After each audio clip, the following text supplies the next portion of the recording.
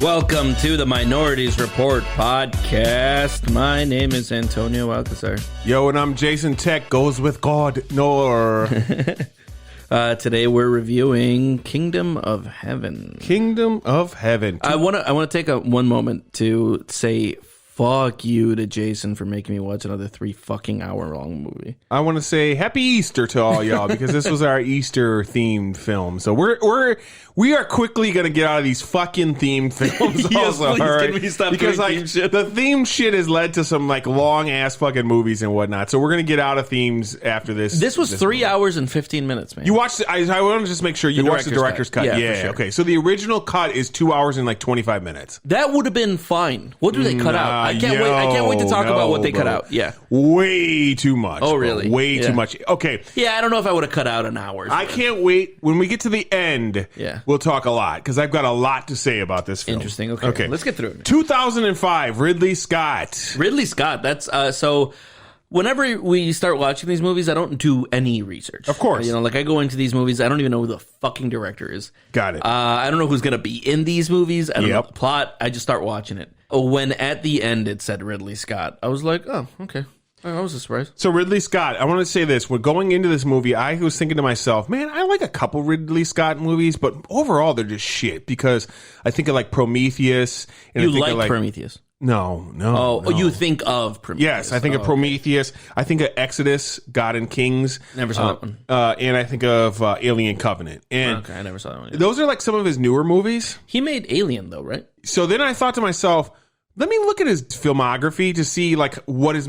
So these are movies that I at least enjoy, and most of these I like. Okay, Alien, Blade Runner, Legend, Gladiator, Hannibal. Oh, you make Gladiator? Yep, Black Hawk Down, Matchstick Men, American Gangster, Body He of made Lies. American Gangster? Yep. No way. Yep. He directed it? Or? Yes, No directed way. it. Yes. Dude, American Gangster is one of my favorite fucking movies. Body of Lies. Have you ever seen that with Leonardo DiCaprio? No. Fucking awesome movie where he plays like a CIA agent in the Middle East and shit. Okay. Mark Strong's in it. He plays like the ambassador to Turkey and stuff like that. And it's a lot of great shit going on in that movie. The Robin Hood remake, the one with Russell Crowe. Yeah. The Counselor, which is to me one of the fucking coolest underrated movies I've ever watched. Really weird. It's with what is Magneto?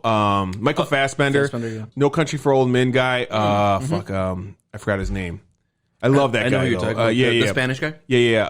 Javier Bardem. Yeah, there you go. Bardem. And the chick from we talked about a couple weeks ago, Cameron Diaz, and it's all about like Michael Fassbender is a lawyer to The devil? Javier Bardem, who's like this drug kingpin in like Miami and shit, and then Brad Pitt's in it, and he plays like a drug guy from like Texas, and all the shit that kind of goes on with all these guys and whatnot. And it's really weird movie. like a I good loved cast, it. at But least. yeah, it's a lot of great actors in this one, and then the Martian also. He made The Martian. Yeah, man. Oh, no way. So I was like, There's a lot of stuff there that I enjoy. I know. I thought to myself, okay, and then I looked over, and I'm like, at least 3/4 of his movies I at least like.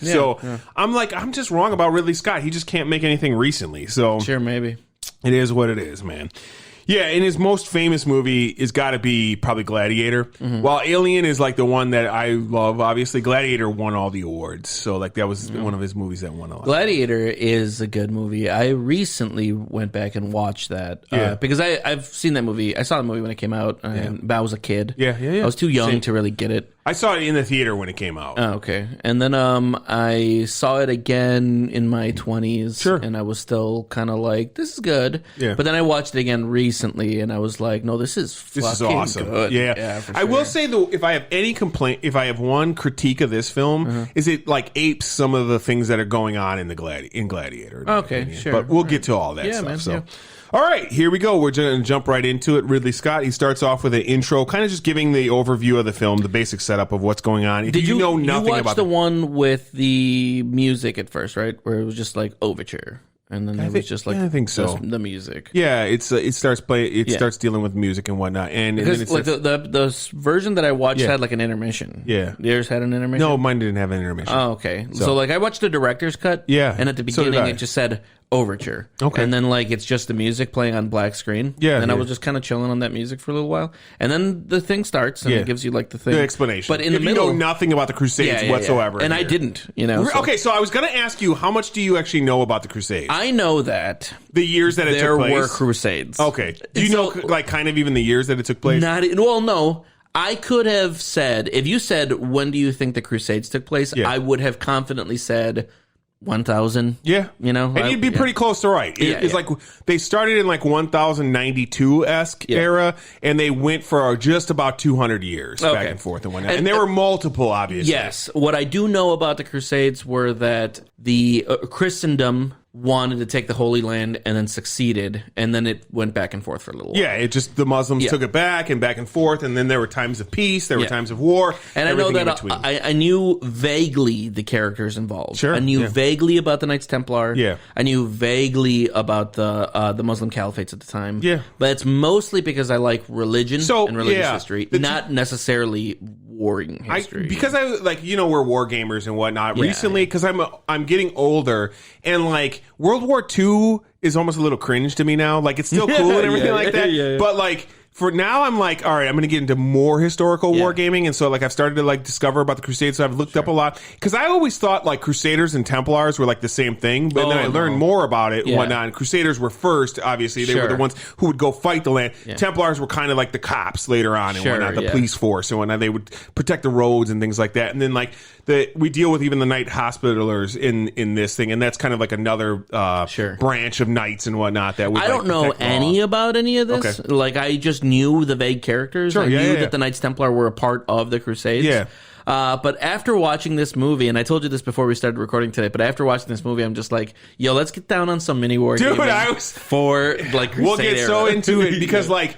I didn't even know the difference between Teutonic Knights and Templar Knights up until a couple of weeks ago and whatnot. And if you don't, for anyone who doesn't know, Teutonic Knights were like the German version of the Templar Knights, Knights Templar and whatnot. That was like, you know, Hitler got into all that type of shit. Oh, I bet. So, yeah, of course. You probably really ate that shit. Of course, exactly that. So, all right, so we kind of just get into everything, and it basically gives a rundown of what's going on in the Crusades and the problems Europe is having and whatnot, and that people went to the Crusades basically to fight for, some of them for God, plenty of them went for wealth and lands and whatnot, because you could be a basic hedge knight, what was kind of like considered a hedge knight, you know, and become like a knight and lord of a land. Sure, and whatnot. You could, because you were going to relieve people of their land. Yes. You could just show up and be like, "This is mine now." Yeah, pretty much. I mean, that's... What are you gonna do? I'm gonna kill you anyways. Yeah, well, that's how like everything was back in the day, right? It's not like now. That's one of the things that I really got from this movie that I felt like Ridley Scott did really well. Gave me kind of a sense of just like, you could die at any moment. Somebody could just be like, "I'm gonna kill you," and then you just die. Isn't it funny that like we'll get to like I want to like wait for a second, but like.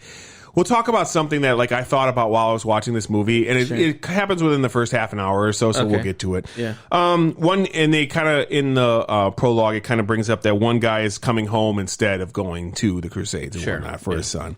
So Liam Neeson shows up right away. Yeah. That's going to be Godfrey. Yeah. So here's a... Liam Neeson loves roles where he can just come in for a little bit, get his check, and then be like, all right, so you would think that... No, like he gives it his all. Yeah. I'm not saying he phones it in. Yeah. I'm just saying he loves like these little roles. He was just in one 2 weeks ago for the fucking movie that we did. Where he just showed up and he's just like, I'm going to give you a badass fucking performance. Yeah. You're going to be talking about me the rest of the fucking movie, but I'm out. You're going to have a picture of me even. And if you think about it too, like...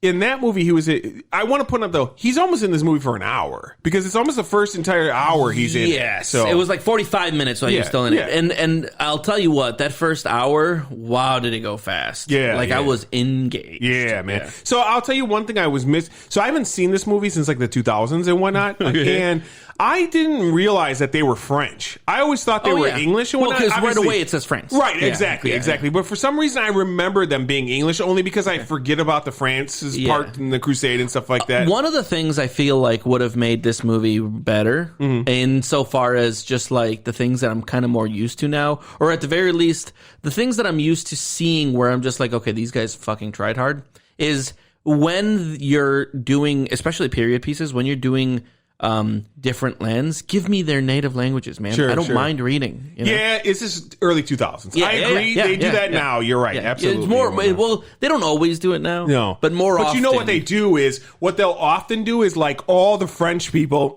will be English actors, and all the British people will be like German actors, and they'll just give them slightly different dialogues. They even did that 2 weeks ago with the gangs in New York. Each gang had its own dialect of how it talked and whatnot. But if all the characters that were French were talking French, I would have been like dope. You know, I don't mind. I don't mind reading it. You know. Yeah, for sure, man. I agree totally.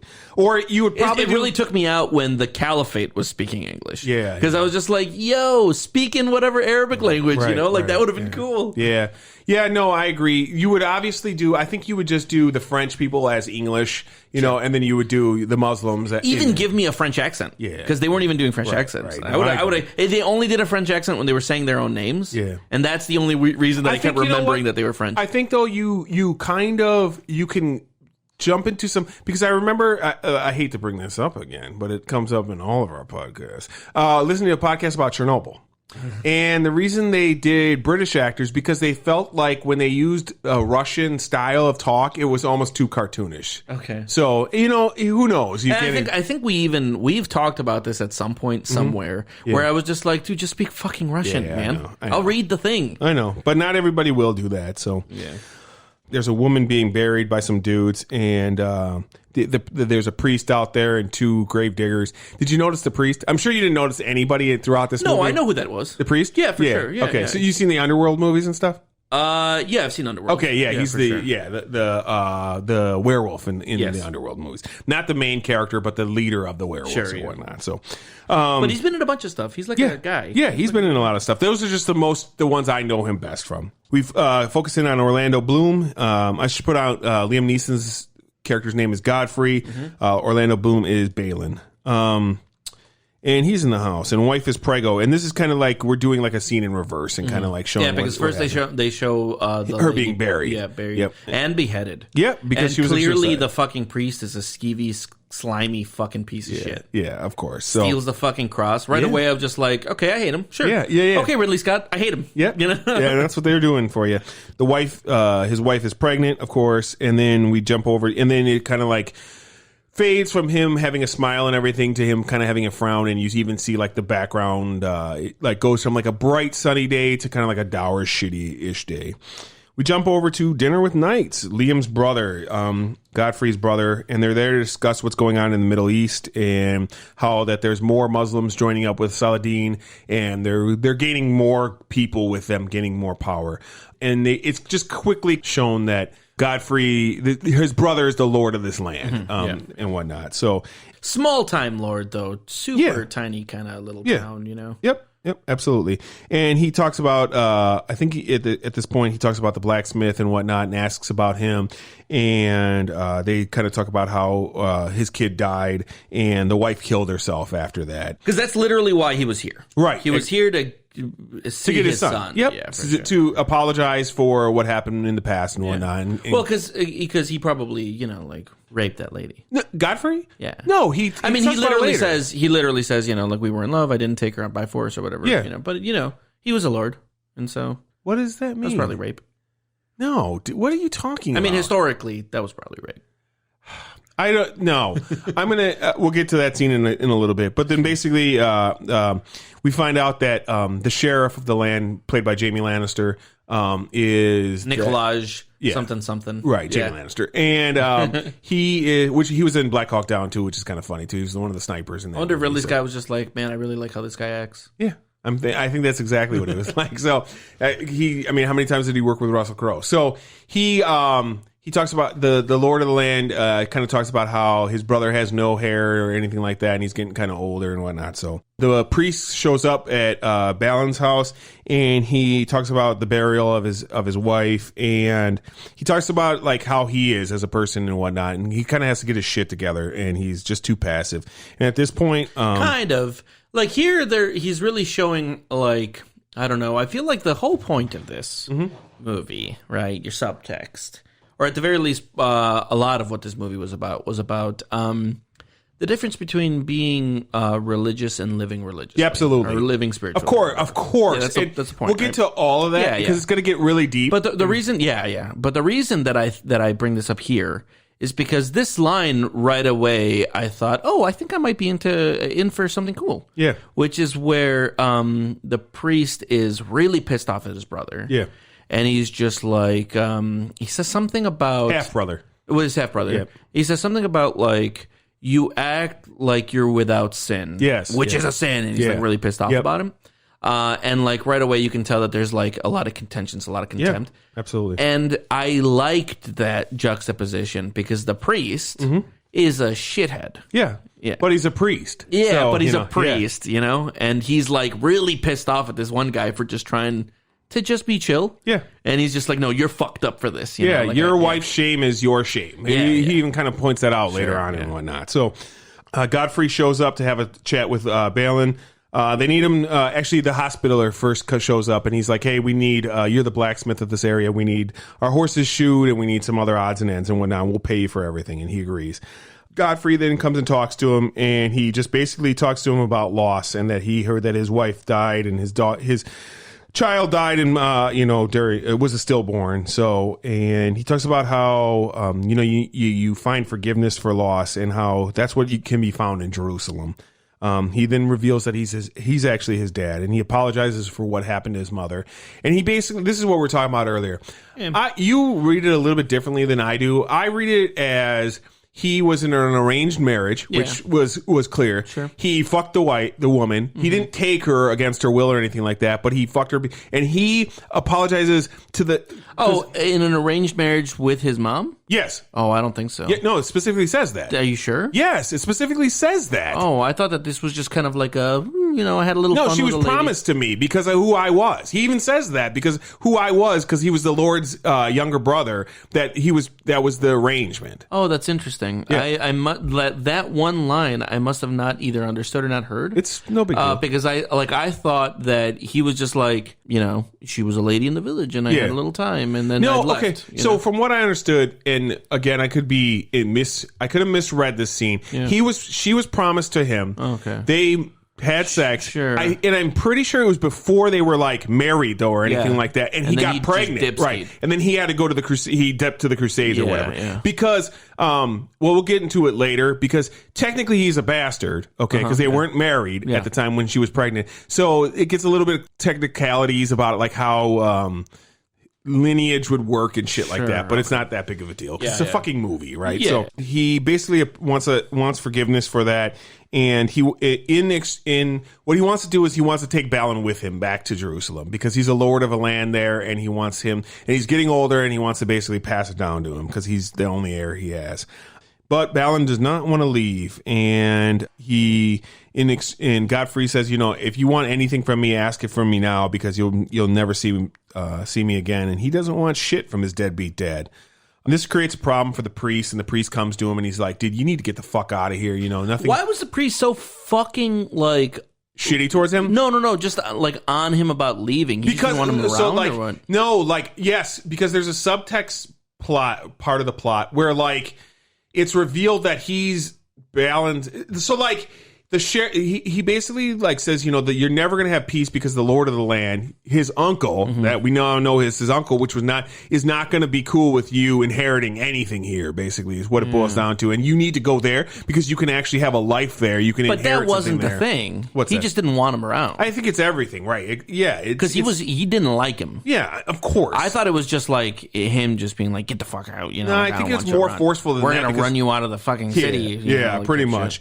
And then at this point, he kind of just shits all over him about his wife's death and how she killed herself. He fucking crosses the line. Yeah, and he pays for crossing the line, getting the shit stabbed out of him and burned. This dude that's one, has a blade in his hand. Yes. And two, is clearly going through some shit. Yeah. And this guy is Grima Wormtongue level fucking irritating. Yep. And he's just like, nah, your wife is fucking beheaded and I ate her fucking brains while I put her in the fucking grave. He's not going to do anything yet, but then he notices the necklace that he has is his wife's necklace, and then that's when he just stabs him through the fucking chest and rips the necklace off and burns him to death. He literally said, "You know what? You really you begged for this. Yes. You were just like, please kill me." He literally said that in the show. So this is the first scene that's added to the movie. Okay, really? In the original cut, it's just them. He comes there. He says something about I can't remember what he even says. Orlando Bloom notices the thing but there's no taunting or anything like that, and he just stabs him when he notices the necklace. So it's just a little thing. This is a little bit more earned. Yes, of course, right, exactly. But maybe a little bit more pushing him. You know, because like I think the other way you could say, well, it was a crime of passion. Yeah, this was literally like the guy begging to be killed. Yeah. But he's the priest though, so you can't stab a priest, man. Well, but he did. So, at this point... He's not the only priest in this movie that should have been stabbed. Well, we'll get there. This gives him the plot push to be able to get out of here and head to Jerusalem. And he catches up with his dad, and he talks to his dad for a bit, and he wants to... he reveals that he murdered a man and that he wants to go to Jerusalem to find forgiveness. And he basically asks if there is forgiveness in Jerusalem. And Godfrey says, we'll find out together and whatnot. So they make a camp, and Godfrey begins to teach him the ways of fighting and whatnot. Because he knows a little bit with the blade, but he clearly doesn't know enough to be a knight or anything like that. Well, I didn't even read it that way, because he clearly knew how to fight. Yes. It's just he wanted to teach him, like...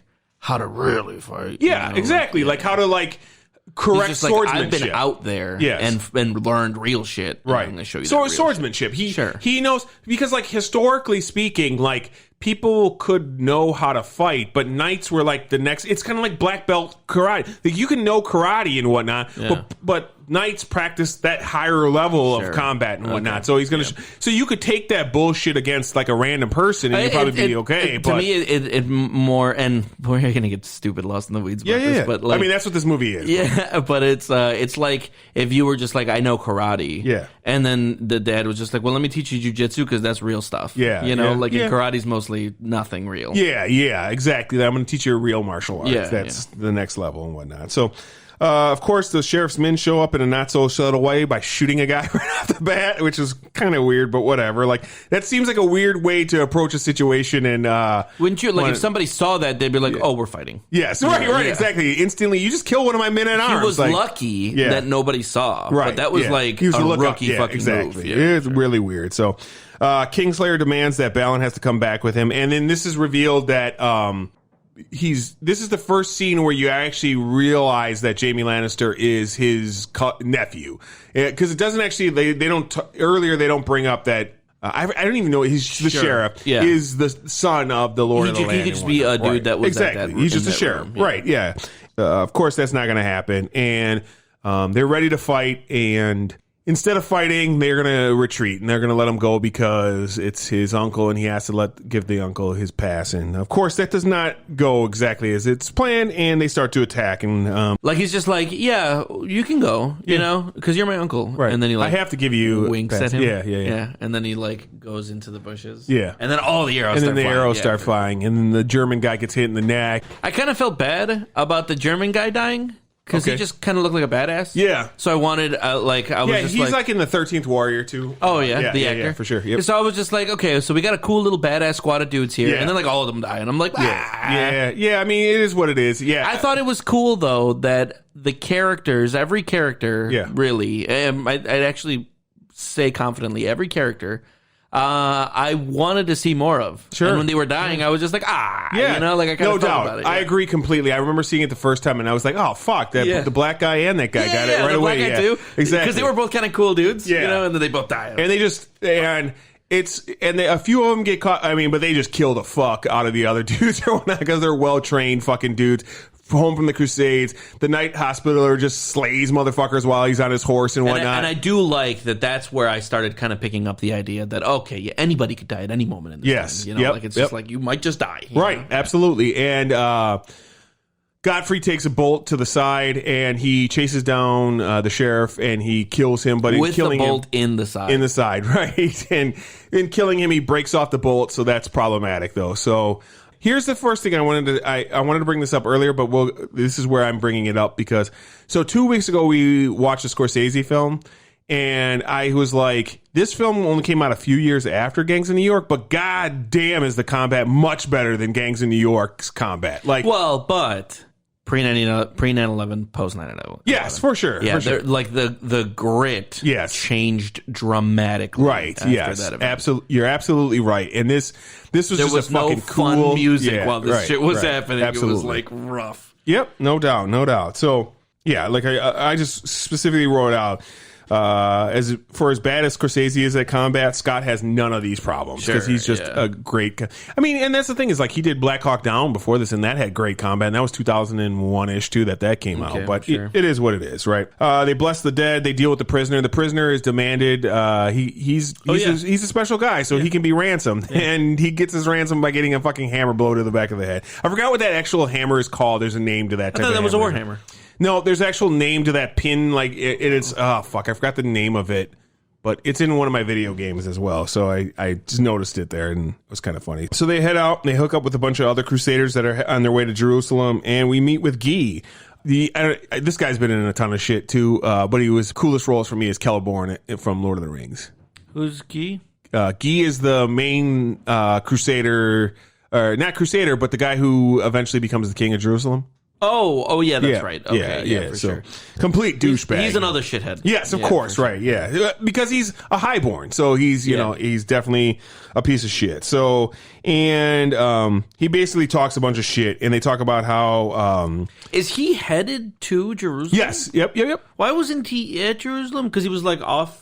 people up. Yeah, absolutely. Okay, so because you went back and forth and but they didn't both arrive for the first time at the same time. He was just out as well. Yes, absolutely, right. Yeah, and they're heading to the port to sail to Jerusalem. And Guy kind of talks shit to Godfrey, like, man, I wish I could have fought you when you were actually somebody. You know, now you're just this. So you know, I can't even fight you anymore. So, and they start to prepare to the trip for Messina. Godfrey is doing really bad at this point, and he's really kind of just on death's door. And you know, it's crazy how like some antiseptics and antibiotics. And he would have been fine. He'd have been perfectly fine. Yeah, but it's just like, well, this is the Middle Ages. Yeah, exactly. You're gonna die from this shit. Yeah, I liked watching him deteriorate too. Yeah, and so like you point out, he's just doing worse and worse. Yeah, and he's getting sweatier and fucking more haggard. Yeah, because he's got the fever. Haggard. So, and he reveals the important part of Jerusalem and what it's really about, and why people want to go to. He paints it an ideology. Yes, he's like, whatever you see there. Yes. Remember what it's supposed to, what it stands for. Yep. You know, it kind of gives them a reason to care, regardless of what it actually is. It's where they really start, because this movie is really driving home. Yeah. No matter what you call yourself, you are what you are. Right. And so make that place what it's supposed to be, regardless of what they say or whatever.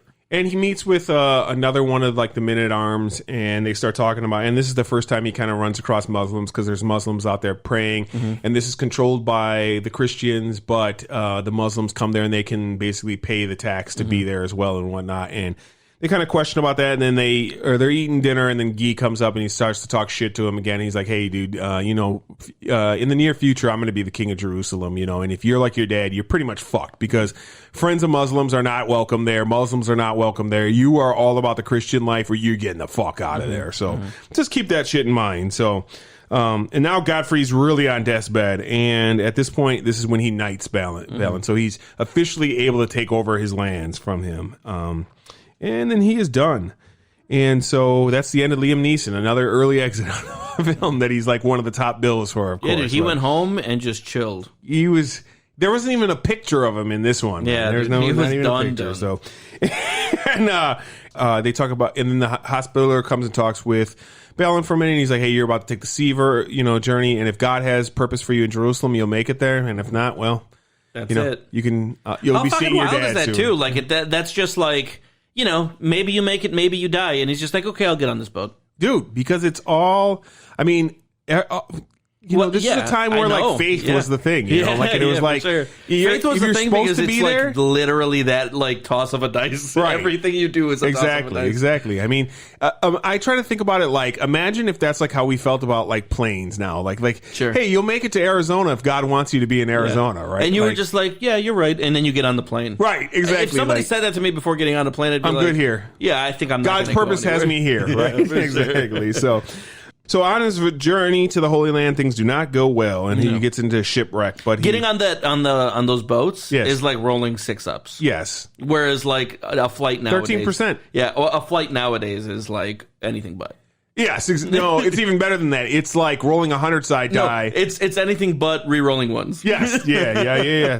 It's and that's probably even undershooting how safe it is to fly, right? So, he gets shipwrecked, and then he lands on some on like kind of a desert area, and he starts to just kind of hike it from there. And he comes across like a little oasis and finds a horse, and a couple Muslims show up, and he has his first confrontation with Muslims, and he reveals the one guy is just like kind of shitting all over him, and he's like, hey, look at man, I don't want to fight and this and that, blah, blah, blah. But the other guy ain't about that life. He reveals who his dad is, or he reveals who he is, his lordship, basically. And the other guy, Julian Bashir, is like, I don't know if you noticed that guy too. I forgot who, I was like, God, I didn't know notice that him until they were with the Caliphate. Yes, until later on with the Caliphate, and then it's really clear who he is. Yeah. But yeah, and he's kind of like, dude, I knew the Lord of that land or whatever, and he was an old man, so that's what the other guy had said. Yeah.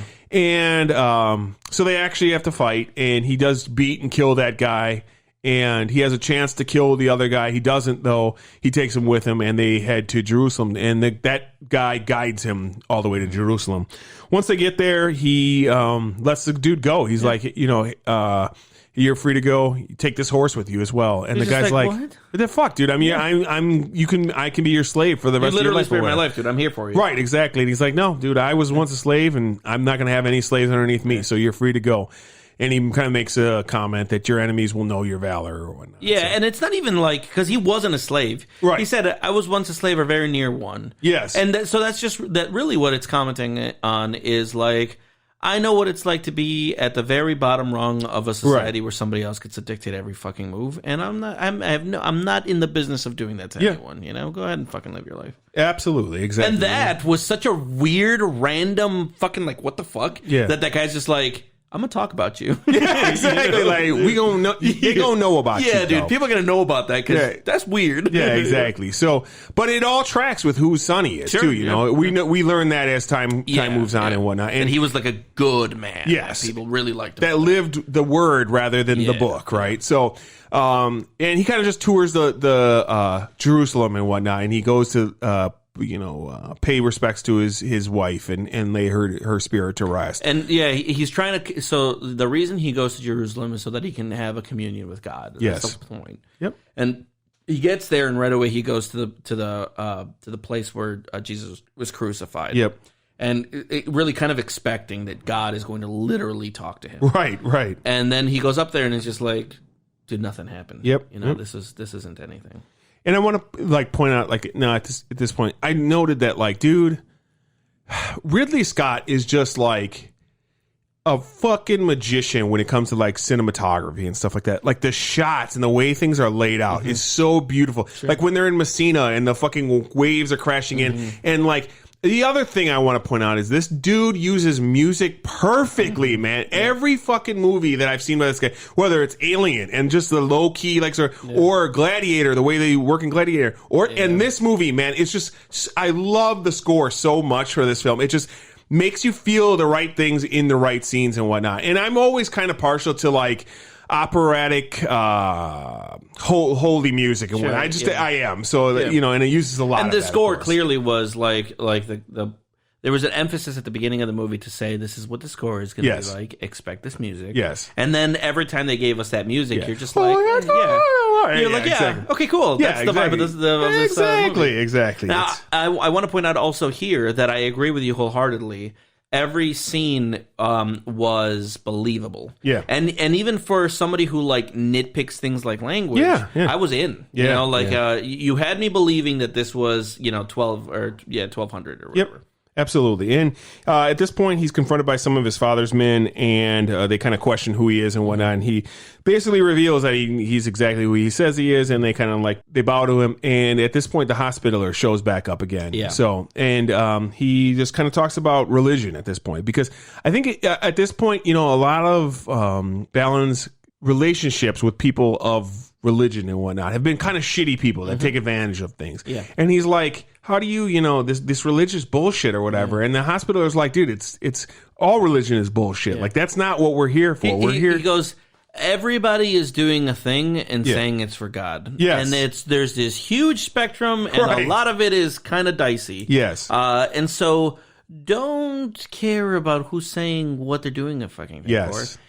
Are they doing a good thing? The right thing. The right thing? Yes. Then that's as far as I can surmise, that's the closest you can actually be to being godly. To be exactly that. And like, this is an important scene because it's a hospitaler telling him this too. Yeah. And this is a person who's usually very devout and very much could abuse that whole thing and whatnot. And they go above and beyond to say, at this time in history, this was abused. Yes. The idea of holy divine purpose was abused. Well, because they even come across some Templars being hung. And and he's like, because there's 3 or 4 of them and they're being hanged. And he points out, you know, Balin doesn't understand why they're, because they, you know, it was the actions of the Pope or whatever, and he, you know, they're paying for it or whatever, you know, this and that, and how could that be bad? And then we're introduced to Jeremy Irons' character, who is what is his name? He's the marshal. Tiberius. Right, Tiberius is the marshal of Jerusalem. So he's like the top cop of Jerusalem for the most part, and he's taken to task. Brendan Gleeson's back again, Monk, and he's like kind of he's the leader of the Templars in Jerusalem. So is he the leader of the Templars? Yeah, absolutely. He's the leader of the Templars in Jerusalem. So, and he's kind of taking his actions to task because Tiberius knows that these Templars did this under his command, but he's like, well, do you have any proof of it or whatever, you know? And what they did was they attacked like a caravan. Caravan. An unarmed caravan, and they killed some of the people on that caravan. So, and at this point, the hospitaler and he's a big piece of shit too. Yes, of course he is. Like an obvious piece of shit. Right. You know, there was no chill. No. With none of these like bad guys were like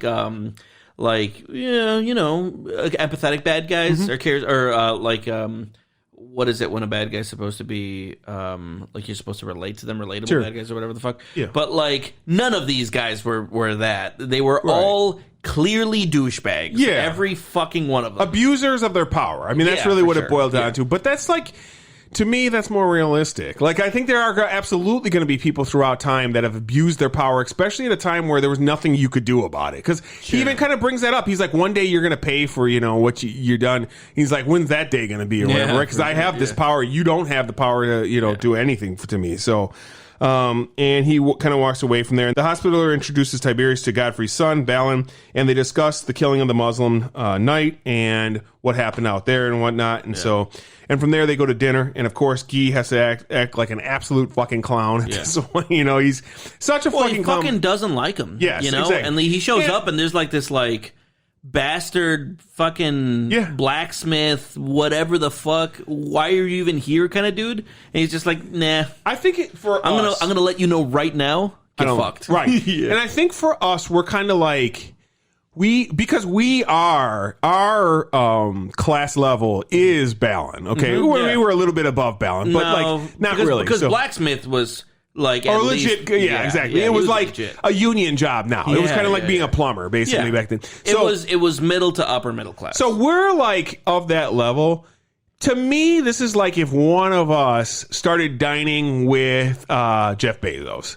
Okay, right? He'd be like, he's the king of fucking Jerusalem. What the fuck are you doing here? Get the fuck out of here, right? Exactly. You don't belong at this. And we're in, our $100 suits or whatever. Yeah. Exactly. While he's in a...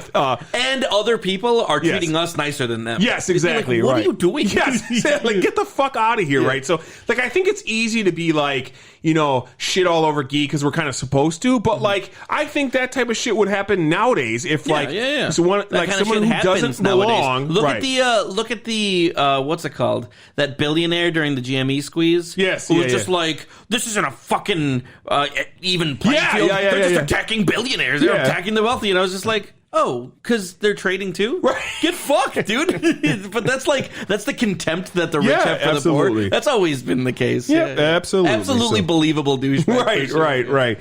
And so from here, we're introduced to Ed Norton, and he plays the Leper King Baldwin.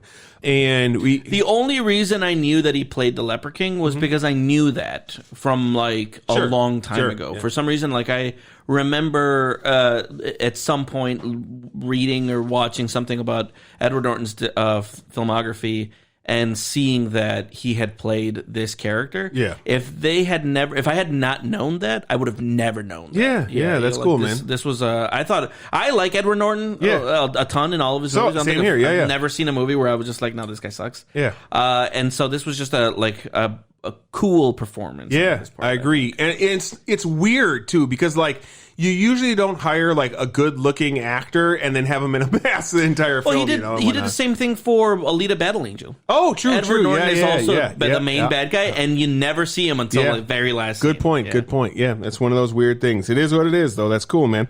Just shows his range, dude. And he kind of he's not doing it for the like the celebrity of it. Yeah. He's just doing it because he's like, I could play the fuck out of that role. Right, yeah. Absolutely, dude. And he drops some awesome knowledge, too. Like, we kind of get into his insight into why him and his father were good friends. Because they kind of thought alike and whatnot. And he kind of drops something on him that I wrote down. He says, when you're called before God, you cannot say virtue wasn't convenient at the time, you know? Yeah. And he's just kind of like, don't do anything that would cause your soul to be damned because someone else says it's okay, because you can't use that later on. The difference, right, between now and then is because at that point you walked around knowing that you could meet God at any fucking second. Sure. And while that is still partially the case, I mean, it's absolutely the case. But also the likelihood of you dying is way less now. I think on average people live longer now, so that's why. There's just less things that are killing you. Right. Whereas, you could still die at any moment. You're a fragile piece of shit. But, absolutely. there are less things actively in your way. And so I feel like at that point, faith was a little maybe easier to kind of have because, you walked around knowing if I die right now, just some fucking arrow kills me or whatever, so that guy right there gets pissed off at me and kills me. Right. Could I really be to God, oh, I just didn't expect to see you anytime fucking soon. Yeah. So I was going to apologize at some point. I just never got around to it. Whereas now people are just like, dude, I'm not going to die for 80 years. We'll I'll worry about that later. Right. We'll deal with that. Yeah, no doubt, man. Goes back to, dealing for that demonic power we talked about in Can I Ask You Something one time. What? How does you can get forgiven for it later. Oh, so anyways, from here, he kind of talks about the land that he has and whatnot, and Balin heads over to his new lands. He asks him. He says, hey, man, I need you to go back to where you're from, or to your home. No, and I need you to watch over that area. He wants him to go to his dad's land. Yeah. And he says, which is now your home. Yes. And I just need you to watch that area for me. And more importantly, make sure that the travelers have safe passes. And I mean everybody. I don't mean Christians and Jews. I mean also the Muslims. Everybody has safe passage to Jerusalem because all are welcome here under my reign. So, and he heads over to there and he finds out that land is not the greatest of lands. It's pretty much a shithole. Fucking bad. It seemed pretty cool. I mean, everybody seemed chill. The house seemed like a nice little shithole. Villa in Italy, Yeah. They just need a little water. Yeah. And then they made the water thing happen. I mean, because he's a practical dude and whatnot. He's a little bit of too much of a jack of all trades, honestly, but it is what it is. I don't know. He's a blacksmith, He's like an engineer, I guess. No, he was a little bit of too much of a jack of all trades. If you're a plumber, that doesn't mean you're also an electrician, right? So, in the Middle Ages. No, I don't think so. You were a blacksmith. How is he also a farmer who understands how to set up crops and all that stuff, right? And an engineer, because he was making siege engines. We'll get that later, right? Yeah, exactly. So, because they had brought that up too. He had fought in a war where he made siege engines. Yeah. And then the guy was just like, who'd you fight for? And he goes, I don't know, some fucking guy. Right, exactly. That's what it was, right? Yeah. You know what I also forgot too? And I'm just bringing it up now because of this. I always forget that in the Tales of Robin Hood, he was a crusader. Like I always forget, like because like you the story of Robin Hood. Oh, you get that Robin Hood. Was a crusader because you always get the story of him being home with Sherwood Forest and all that stuff like that. And the king is currently on a crusade. Yes, the king that likes him is on a crusade. Yeah, it's just a weird aside, but I just thought of it because also he did a movie about Robin Hood and whatnot too. So who did? But Ridley Scott. Ridley Scott. For a second, I thought you were thinking Orlando Bloom, and I'm like, what the fuck? How many Robin Hood movies have there been? Yeah, no, that was Russell Crowe in that one. So, did you see that one? Yeah. Did you like that? It's fine. It's another Ridley. It's like if Gladiator's here, Kingdom of Heaven here, and then that's here. You know, so it's not like terrible. So if I watched it, it wouldn't be a waste of time. I don't think so. You watch an alright movie. I think exactly. Like you'd be like, okay, there's some good action and what is really more Ridley Scott action and whatnot. Yeah. So it's. I think I might check that one out. Yeah, I mean it's not bad, man. So, anyways. So we get to, he's there for a while and he kind of changes the land. We know time has passed because he's turned the land into a fertile place where they can grow things and whatnot. And at this point, Guy's wife shows up. I forgot her actual name in this movie, but whatever. Sabiras? Yes, Sibyllus? Sabirs? Something like that. Sabella. Yep. Yeah. Okay. Guy's wife, Sabella, comes to chill with Balin for a while, which is weird, but it's the Middle Ages, whatever. So she wants to check to see what's going on with the lands, and he's turned them into something decent, you know, and this gets Guy's wife to sleep with him for whatever reason. Like, he just kind of... I know, it's more than that. Yeah, but she liked him. Yes, and she sees the land and everything he's doing for the people and whatnot, but it's just kind of funny because she looks at the land, she's so impressed that she fucks him that night, and I mean, I know... she's watching him climb something, and she's just like, I dig me a climber. It's really because he's just a good dude, and he's actually a legit person and whatnot. And she liked her. She loved his dad. Yes, they had a good relationship. Absolutely. She probably admired him quite a bit, and so his hot young son shows up, who also is like a good dude, and she's like, "Yo, this guy over the other guy a million fucking times." Yep, absolutely. And we cut over to the Templars, and they're led by Guy. It's Guy and Renaud out there, and they see a caravan. And Guy tries to goad Renaud into going and attacking them because they're armed and whatnot. And they head over to attack that caravan and slaughter the fuck out of everybody. Like, he literally just got reprimanded for doing this. Yes. And he's just like, I'm going to do it again. Yeah, absolutely. And so he's just like... I don't care. You know, what is he going to do to me? Right, exactly. And he literally says, you're not going to get in trouble for this. Right. I'm going to get in trouble for this. Yeah, exactly. There you go. So what a piece of shit, dude. Yeah, absolutely, dude. And from this, Tiberius takes him to task for it, of course. And he's like, dude, we have a fucking peace for a reason, this and that. You can't just go fucking running around doing stuff. And they try to, the Templars try to pull all kinds of bullshit that they were armed, and clearly they weren't armed, and the Templars just flex their religious bullshit. God wills it, and you hear a lot of God wills it type bullshit. So, and that they should go to war, and they get news that right at that point, a person shows up, and he gives some information to Tiberius, and they find out that Saladin has crossed the river and approaches Jerusalem. Saladin had already made it known, yes, that hey, don't cross the fucking line. Yes. Right? And when Balin killed that guy, he's like, hey, we got news from Saladin. He says, it's cool. You were well within your right. No harm, no foul. Right. But, he's on this shit. Yeah. There's, some expectations are just, we were really hoping that this didn't start a fucking war. Yes. But it won't start a war, so rest easy.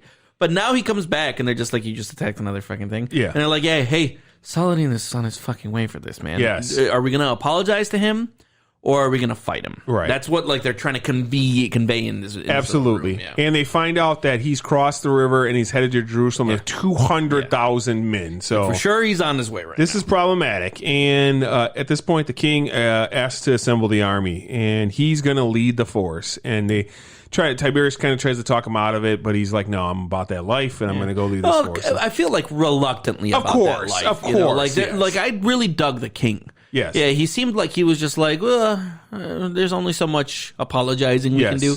But in his head, I think he was like, there ain't going to be no fucking war. Right, absolutely. And then there wasn't. Right. Yeah. Well, and the Muslims, they're basically, they know who's fucking behind this, and they want Renaud to pay for this shit. Yeah. So they show up at Renaud's castle, or they're gathering to go to Renaud's castle, and That's when Balin and his knights and men-at-arms show up, or not his knights, his men-at-arms show up because Renaald's castle is on one of the routes to get to Jerusalem, and he's tasked with protecting those routes. So he heads out there to do that, and there's all kinds of travelers all over that area. And he's like, dude, what the fuck are we going to do? We're way outnumbered. He's like, we can't leave these travelers. I mean, that was literally what we were tasked with by the king. And Renaald's crew offer to allow him to come inside the castle so they can deal with it from the castle. And he's not about that because he's not going to let these travelers die. And so we get to see some awesome fucking charging knights back because well, in my opinion. And then Balin takes his I want you to know that in this moment, Yep. right, and I'm saying this because of things I'll say later. Okay. I liked this scene quite a bit. Yeah. It was a very I'm here to do my fucking duty. Yep. I was asked to do this by a king. I respect the king. I respect the laws. He's a soldier. Let's fucking just make sure that we stand. Yes. And then he's just like, are you guys in? Yep. Everybody's in? Yep. We're here. We're doing it. Yeah. And then this little fight, Yep. right? The cavalry fight. Dope scene. I Dude, fucking loved it. here's the thing. I like it because, not only is it a fight, it goes through different formations and stuff like that. As they're charging, they form a lance formation and they break from that lance formation. So none of that made any sense to me. Okay. But I do remember thinking, that was cool. Yeah. I thought to myself, I wonder if that's real tactics. Yeah, absolutely. Yeah. No, absolutely. It's because there's old war games and stuff like that where you can do that kind of thing and whatnot. So it's You know what we should do? What? Play some of those board games. We're going to. So, anyways, and of course they get fucked though because there's 25 of them and there's over 100 Muslims there, so things do not go well for them.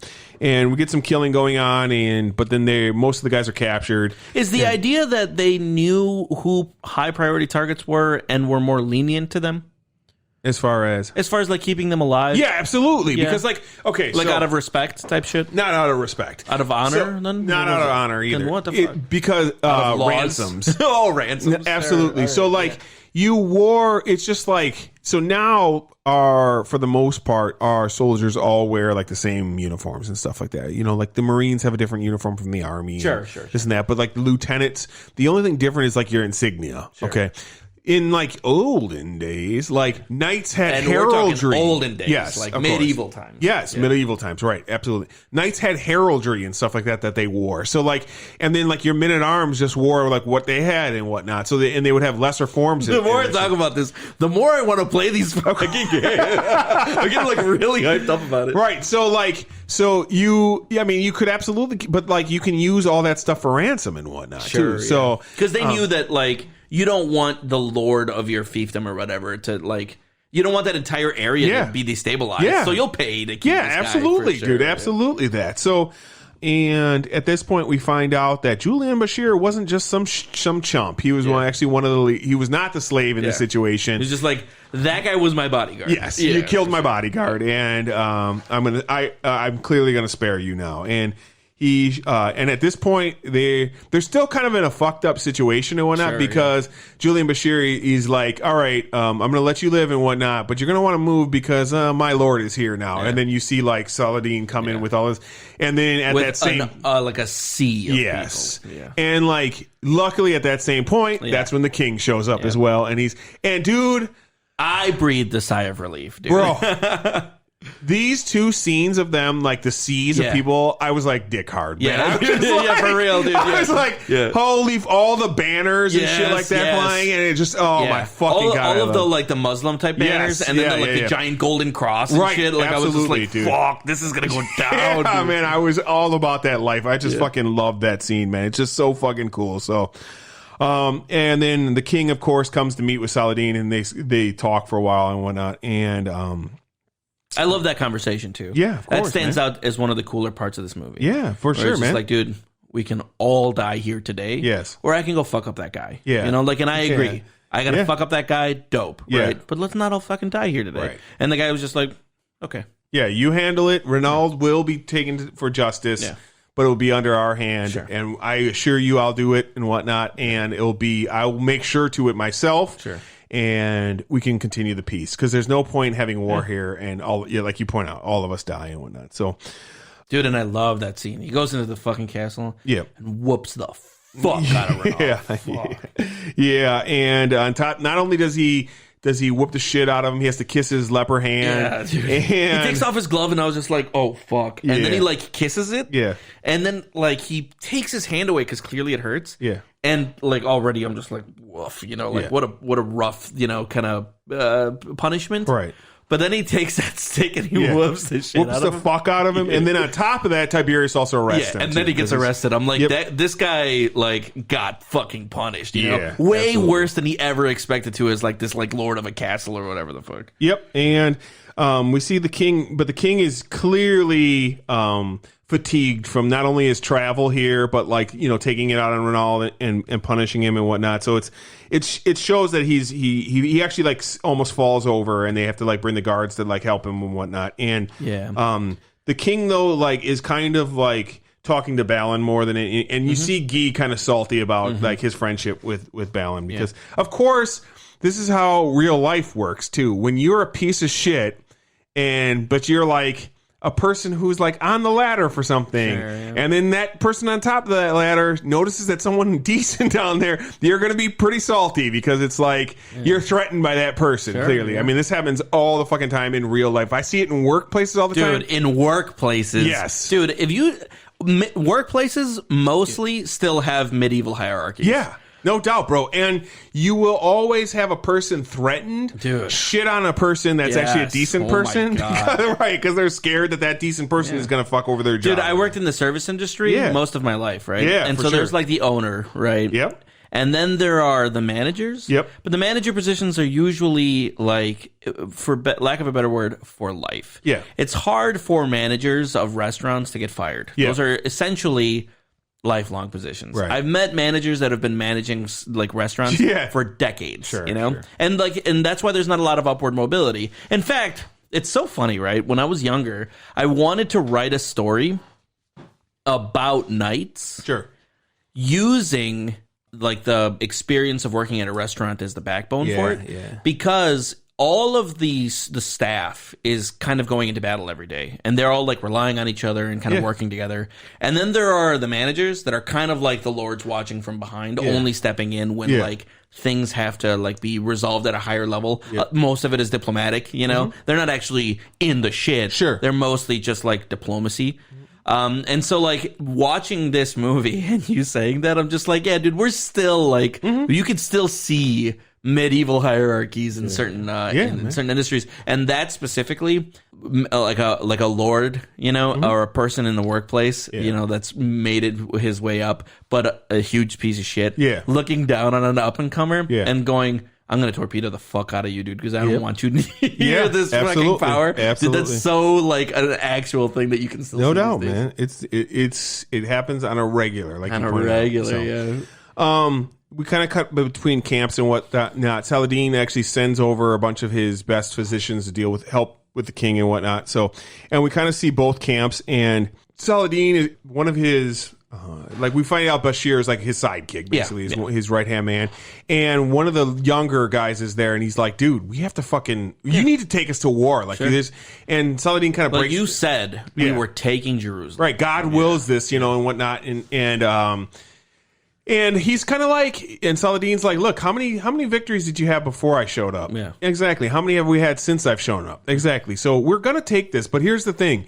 We're going to wait. The leper king is not going to be around for much longer, and then the Christians will start the combat that we actually want to have in the first place. So, and he's like, again, there's a lot of this, like, providence kind of conversation where he's just like, yeah, God wills it. Yeah. But God is willing it through me. Yes. And God willed me. So, like, maybe back off a little bit. And it's cool. I like this that, like, because, like, while we have, it's easy, like a simpleton would be look at this and go, they show the Muslims in a positive light and they're honorable and this and that, but we're going to get to some of these complaints later. I've got really? Oh, really? So, yeah, for sure. But it's not that at all. I did notice when I was looking when I was downloading this movie, because I can't find these fucking movies on any streaming services, so I rent them on Google.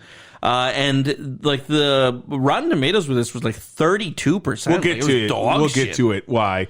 Because, like, we'll get to all the breakdowns of all that stuff. We'll get but, like, a simpleton reads it that way. Yeah, sure. Clearly, they're showing he is a smart tactician, and he's like, I'm going to wait till a certain situation is perfect, and that's when I'm going to strike. It has nothing to do with honor or anything like that. Nobody was a good or bad guy. Right. I guess arguably some people were like more about their like personal kind of things. Yeah. But everyone was just kind of like living in this very fucked up world. We'll get to breaking down all kinds of thoughts I have on that stuff. So, and then we jump over to the king, and this is what reminded me a little bit of Gladiator specifically too, because the king is like he decides at this point that he likes the gladiator more than he likes his son. Right, exactly, and he's like, Guy is supposed to take control of the armies, but we're going to actually put Balin in control of the armies of Jerusalem, and I think if it was just that, I think Balin may have gone along with it and been like, okay, you want me to control the army? I'll be in control of the army. You know? And it's very much like a Japanese hierarchy at that point, where you have the emperor who actually is the ruler of the land, and then you have the shogun who's in control of the actual like military, which is really the force through the emperor. So, but they kind of work together and whatnot. And this scene though was very trolley experiment for me. Okay, because he was just like, no, I'm gonna only be good. Well, here, I think there's another point to it. Because at first he's like, I just want you... He's just talking about how he's going to have him control the armies. Then he says... And you'll at this point you'll marry my sister, okay? And Sibylla, you will marry my sister, and then you will rule through her and whatnot, and this and that. And he's like, what's going to happen to Guy at that point? And Tiberius is like, well, he's obviously going to go against this, so we will arrest him and execute him. We're going to hang the fuck out of him. Right, we're going to execute him. And that's when he's like, I can't. I'm in this room, right? I'm Orlando Bloom. Yep. And they say that shit to me. Yep. Without hesitation, I'm just like, yeah, let's do that. I wouldn't even see that as like a tiny little bit. That's bad. Funny, because now I want to go back to our. Can I ask you something that we had a little while ago, a couple weeks back, about demonic hell power? But this isn't demonic hell power. This is only good things with nothing bad. Because he's saying, look, we're gonna hang a bad guy. You'll marry a person that you love, and you'll be in command of the fucking army. Okay, that's only good things. I don't see at the cost of nothing bad. He said he just couldn't handle the fact that a bad guy would be killed because he didn't want to be responsible for that. But because of that, he was responsible for like the deaths of thousands of people in war. Well, it's not just Guy that's going to die either. It's all of the men underneath him are going to have to be executed, because he can't just execute him. He lets Guy take control and go to war, and then lots of innocents are going to die. He's not going to take control. It's actually his wife is going to take control. We'll get to, here. It's important to point out that there's another person in line for the kingdom. Okay, the wife. No, or the kid. The kid, right? It's actually going to the child. I mean, the kid. You know? What do you mean? Like, everyone knew that the person who was going to be in charge then was going to be Guy. No. Guy was going to be charged of the armies of Jerusalem. Yes. If this fella exactly how it was supposed to, she would be the queen regent at the point, kind of like Cersei, And then you would have Guy in control of the armies until the younger one comes of age. When he's 13, he will then be the king of Jerusalem. Sure. Because So what you're saying is, like, he wouldn't have been able to launch the army unless the kid said yes, and the kid wasn't going to say yes because the mom wasn't going to say yes. Correct. Exactly. And on top of that, not only that, like, to break this down even further, that's not included in the movie, but it's historically this movie isn't historically accurate, but there's a lot of historical accuracy in this film. Okay. I want to make that clear. Sure, okay. This dude was a real person. Balin was a real person. They were all real people? We'll get to it. Oh, no way. But the Leper King and everything like that is absolutely. This whole, like, the Leper King was a real person? Absolutely. Oh, shit. And so he took over from his dad, because his dad died young, and he was like the same thing as his nephew until he came of age at 13, and then he became the king of Jerusalem. So it's kind of almost the exact same thing happening between him and his nephew and whatnot, and he's mirroring that. So either way, I understand your trolley experiment thing, but because at this point it's just like, do we kill one bad person or like 10 bad people to save like 1,000 innocents? You kill the fuck out of them. Possibly, and also I get to control a bunch of shit and marry possibly. Save innocents, but we know for sure this man's going to die if I choose to do this. But if I choose not to do this, we might lead to war later on. I hear what you're saying. I hear what you're saying. I feel like it would have been an easier decision for me. Maybe I'm more corrupt. Yeah, for sure. But he points out though, he's like, To me, that sounded like, hey, only bad things or only good things. But he's like, and he specifically says Jerusalem is a kingdom of conscience or it's nothing. Yes. So like that's the thing is he's like, I can't do this because it goes against my conscience. Are we being real here or not? You tell me. Right. Because I'm being real, and then he walked away. Yeah. He dropped the mic. And then he goes back to his lands, and Sibylla comes and shows up, and she kind of like breaks down a lot of stuff, and she's like, dude, you could have had power, you could have done this and that. I'm gonna, she seemed not happy. Well, and she's like, I'm gonna control this land. He's like, you're not gonna be able to keep the peace if you don't, make some sacrifices and whatnot. And she's like, I will control this land no matter what. Yeah. And it kind of like breaks through to the fact that like, she's not about the idea of Jerusalem or like her like uncle or her brother or like his father was. She's about, I'm going to control this land because this land is my land. And so it also kind of highlights the difference in coming from like a salt to the earth kind of situation. Yeah. Seeing yourself as a part of the people. Yep. And the ruling class that sees people as, like a means to an end. What is people? People is just fucking bodies. It's not a thing, like Jerusalem is mine, and we use these bodies to keep Jerusalem. Whereas this other guy was just like, yo, those are people, right? And like, if this is, what do you mean? You're gonna rule for the people, right? Yeah, absolutely. Right. Which is like, it's kind of like illustrating, I think, the idea that intentionally, I think charitably, I think this was intentional.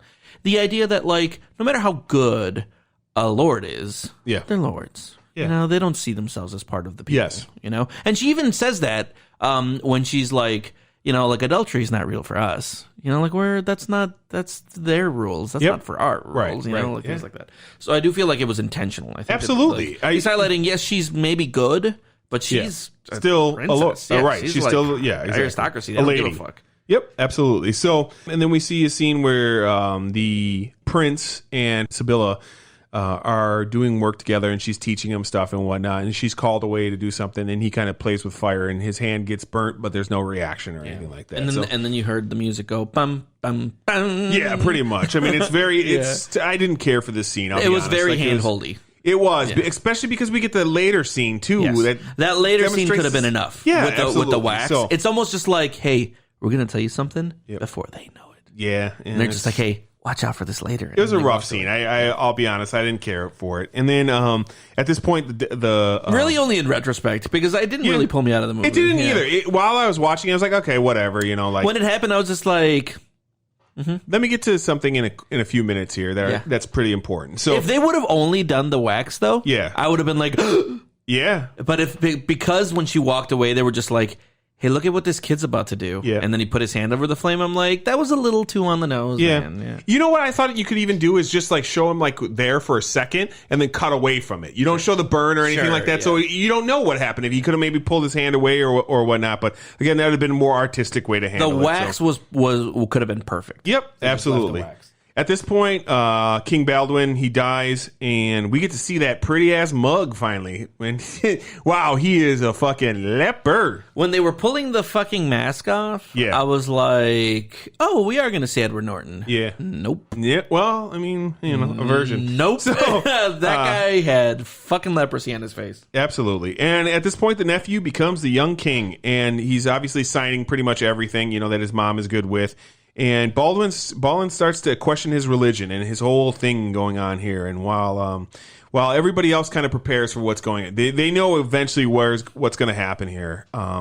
And Sibylla wants to keep the peace, though. She's trying to keep the peace, and because the priest is like, we get another shitty priest who's like... This is where I was saying he's not the only priest that should have been killed in this one. I'm surprised that this priest never got his comeuppance. Yeah, he makes it out. Yeah, this guy absolutely. deserved... If anybody's uppance needed to come, this guy needed that. Absolutely. And so at this scene...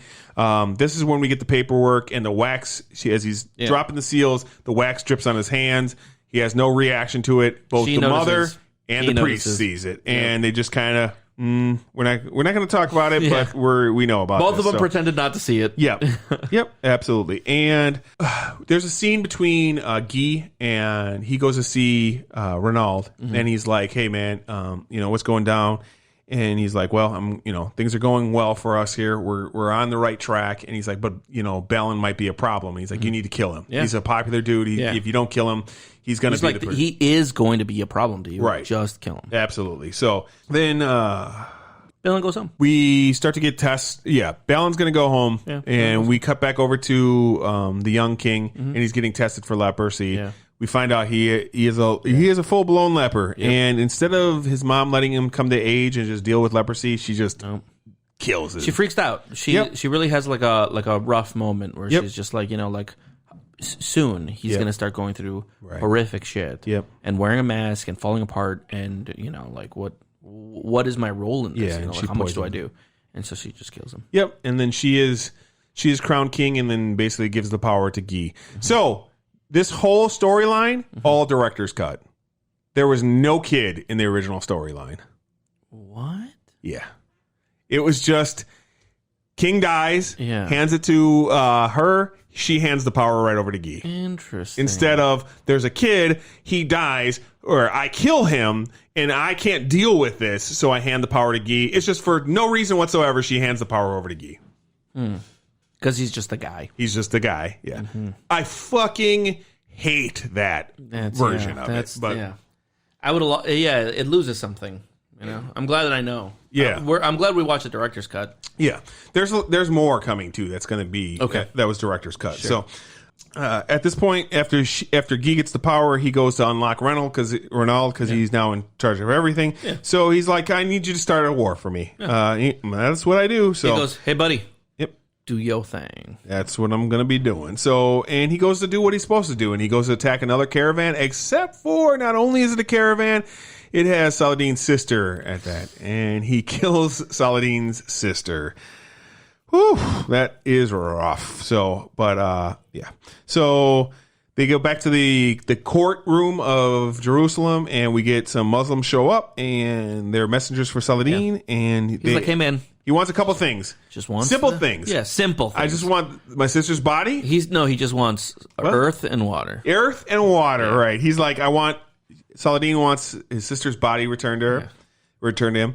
The heads of the people that killed him, and also you're gonna get out of Jerusalem, and also just leave. Yeah, also just leave Jerusalem. I think if you would have came with those first two, maybe that could have been worked out. The first one, done. We can get the body easy back peasy, to you. Yeah. Second one, I think Guy would have been like, yeah, I can sacrifice Renaud. Maybe. But the problem that he has is Renaud is kind of his power. Exactly. Because he's friends with Renaud, and Renaud is control of the Templars in that area. So it's kind of...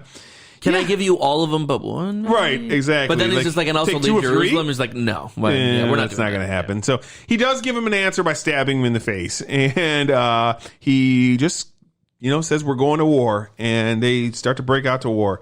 Tiberius, though, is not having any of this shit, and he's like, if you go to war, I refuse to join your crusades and whatnot. So, well, no, because at first he's just like, okay, we're doing it. Yeah, well, Tiberius says no. He doesn't change his mind until Balin comes back. Yes, so Balin is at this point he's kind of chilling out on by some palm trees, doing his thing. He's like, I'm fucking done with this bullshit. And some knights show up, and he gets in a fight with these knights, and he cheats, and I use quotation marks as I cheats, because he basically he doesn't fight like a knight at all. He just kills these guys because he he trips one and kicks them in the throat and stuff like that. And and he just, but it doesn't he's fucking also matter. Like, I'm not gonna die today. Right? Yeah, exactly. Sure. He's like, which is always reminds me of the whole who was that character from Game of Thrones that was that way?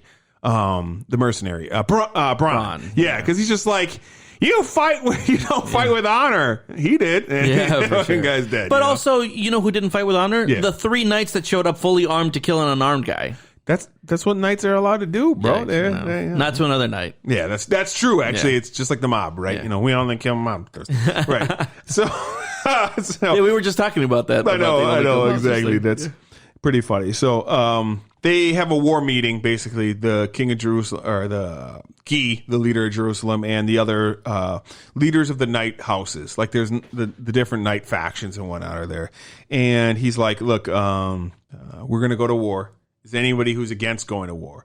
And everybody's kind of voting for it. And then Balin shows up. Yep. And he's like, no, this isn't even about I don't want to go to war. It's about he has the advantage. You're being stupid. Yes. Yeah. He's like, if you leave Jerusalem, not only are you going to die, you're going to lose. Jerusalem is going to be defenseless also. So he's literally fucking forever away. Yes. Next to water. Knowing what You're going to ride there, zero water, and then fight a guy who is just chilling, waiting for you. You're gonna die. It's just, it's and a he's weird. just like, no, God's on our side. God's on our side, so. Okay. Yeah. All right. Well. Okay. And then that's when Tiberius is like, I'm not going on this crusade of yours, and you can go fuck yourself. So, but they wrap up. Although part of that makes me go, why was this guy so stupid?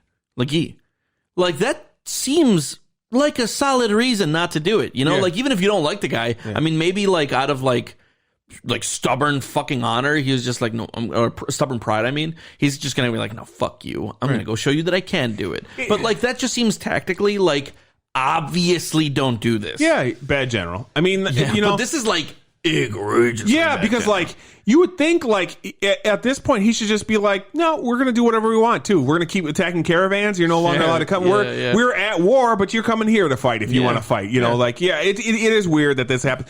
But he's just like, no, I am going to go literally make the stupidest fucking decision I could possibly make. I'm going to go travel days without water to show up to a fight where a guy is fully hydrated.